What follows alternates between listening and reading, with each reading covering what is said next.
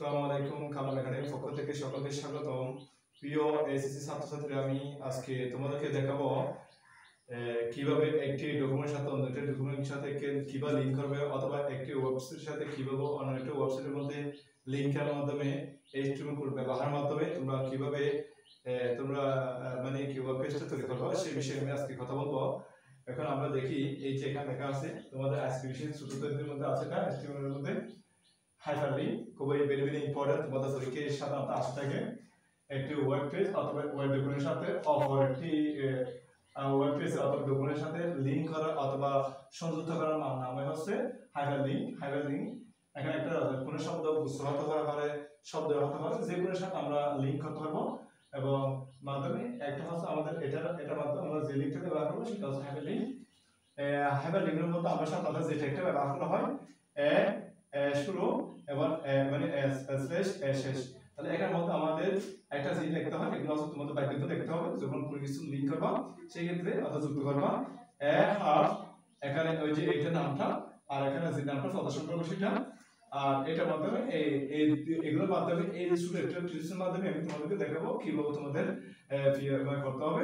তাহলে আমি এটা এই নামে একটা নামের সাথে আমি এটা সংযুক্ত করতে কোথায়, এই জন্য আমি এটা এইচটিএমএল কোডের মাধ্যমে আমি এটা ওয়েব পেজ কিভাবে করে তৈরি করব ছাত্রছাত্রীরা আমার এখানে লেখা আছে, ঠিক আছে। এইচটিএমএল কোডের মাধ্যমে এটা ওয়েবসাইটে প্রদর্শন করা। তাহলে এটা আমরা দেখি প্রথম আমরা দেখি এখানে প্রিয় ছাত্রছাত্রী, যেহেতু এখানে কোনো ধরনের নির্দিষ্ট কোনো টাইটেলের নাম দেওয়া হয়নি সেক্ষেত্রে তোমরা এখানে নাম দিতে পারো আর না দিতে পারো, সমস্যা নেই।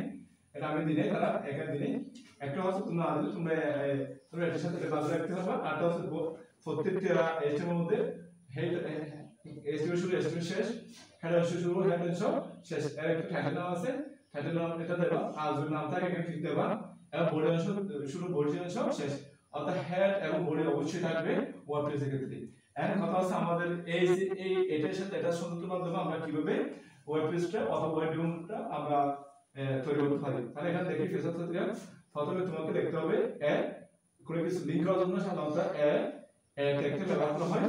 এখন কথা হচ্ছে এর সাথে আমরা হার্ডটা ব্যবহার করছি, করার পর এই যে এখানে যেটা আছে, যেটা https তারপর স্ল্যাশ educate edu point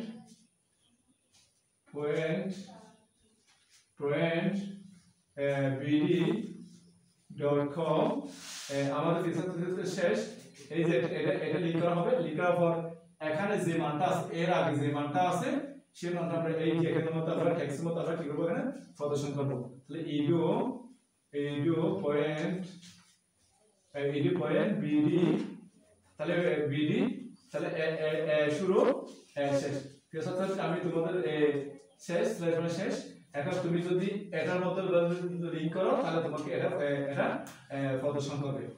তাহলে এখানে আমাদের কাজ শুরু এবং আমাদের শেষ।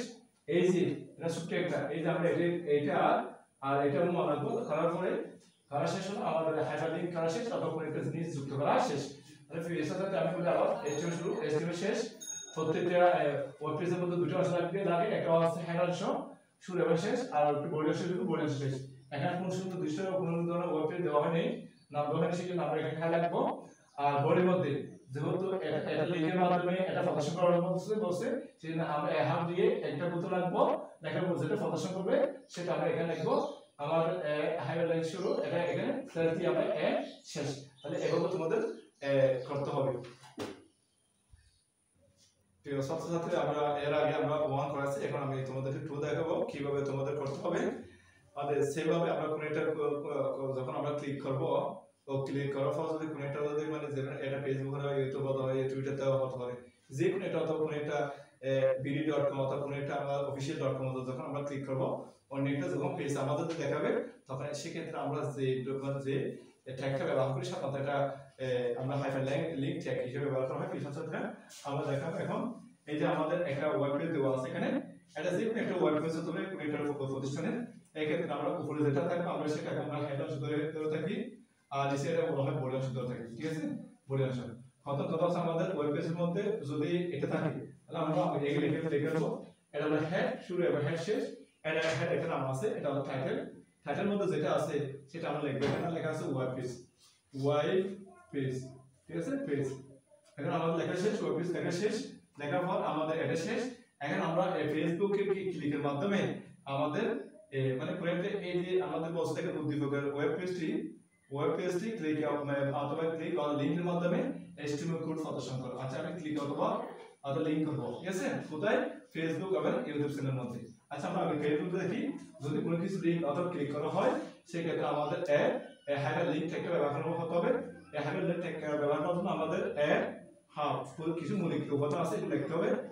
লেখার পর এখন এই যে এখানে যেটা আছে আমরা এর আগে আমরা যখন কোনো একটা ফেসবুক ইউটিউবের মধ্যে যখন কিছু সার্চ করি তখন আমাদের http এটা লিখতে হয় /www এগুলো অবশ্যই বাইরে লিখতে হবে www এই যে প্রথম আমি ফেসবুক লিখবো, ফেসবুক নামটা আমরা লিখবো facebook.bd মানে বাংলাদেশের মধ্যে bd.com যেগুলো দেশের মধ্যে দিতে হবে তুমি।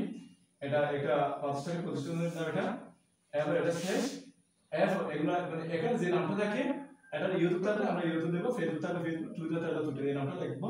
লেখার পর আমাদের এই যে এখানে যে ফেসবুকটা আছে সেই ফেসবুকটা তোমাদের প্রদর্শন করবে ক্লিক করার সাথে সাথে, তাহলে এটা দিতে হবে। এবং এখানে একটা লিংক শুরু শেষ করে স্ল্যাশ এখানে শেষ, তাহলে আমাদের ফেসবুকটা শেষ। এখন কথা হচ্ছে আমাদের এই যে এখন আমাদের আবার একটা দিচ্ছি এখানে কি হতো, আবার দেবো আমরা হার্ড এটা দুটো ইকুয়াল, তারপর দেবে http একটা স্ল্যাশ /, আবার দেবো www যেগুলো আমাদের মারতে হয় এখানে এর মধ্যে ইউটিউব ফেসবুক মারতে হয় গুগল ক্ষেত্রে। এটা ফেসবুক না, এটা তোমাদের ইউটিউব। আচ্ছা এই নামটা আমরা দিছি, দেওয়ার পর bd মানে বাংলাদেশের মধ্যে আছে এখানে bd স্ল্যাশ এখানে ফেসবুক নাকি ইউটিউব, যেহেতু এখানে ইউটিউব দিছি তাহলে এখানে ইউটিউব দিতে হবে ইউটিউব। আমার স্ল্যাশ শুরু স্ল্যাশ এখানে শুরু এবং স্ল্যাশ এখানে শেষ। ফেসবুক সাথে আমাদের এখানে দুটো নাম রয়েছে, আমি আবার দেখাই। এটা হচ্ছে ফেসবুকে এবং ইউটিউবে তুমি ক্লিক মাধ্যমে তুমি ওয়েবসাইটে প্রদর্শন করো, তাহলে সেই ক্ষেত্রে আমাদের হাব লিখতে হবে যেহেতু লিংক এবং ক্লিক বলছে, তাহলে আমরা এটা লিখবো এর নাম আছে হাব, এগুলো অবশ্যই দিতে হবে। দেওয়ার পর এখানে যে নামটা থাকবে সেই নামটা তুমি এখানে লিখবা bd.com, এখানে যে নামটা থাকবে এখানে তুমি এই নামটা প্রদর্শন করবে, করার পর এটা যখন তখন ক্লিক করবা সাথে সাথে তোমাকে এই ইন্টারভিউটা তোমাকে প্রদর্শন করবে। তাহলে এখন আমরা শেষ করে দেবো। তাহলে আবার আমাদের বলছে ইউটিউব কে প্রদর্শন করো, তার মধ্যে লিংক করো অথবা ক্লিক করো, ক্লিকের মাধ্যমে তুমি যখন এটা মারবা মারার পর তোমাকে সাথে সাথে তোমাকে কোনো একটা ওয়েব পেজে কোনো একটা ওয়েবসাইটের মধ্যে তোমাকে এটা দেখাবে অথবা গুগলের মধ্যে তোমাকে দেখাবে।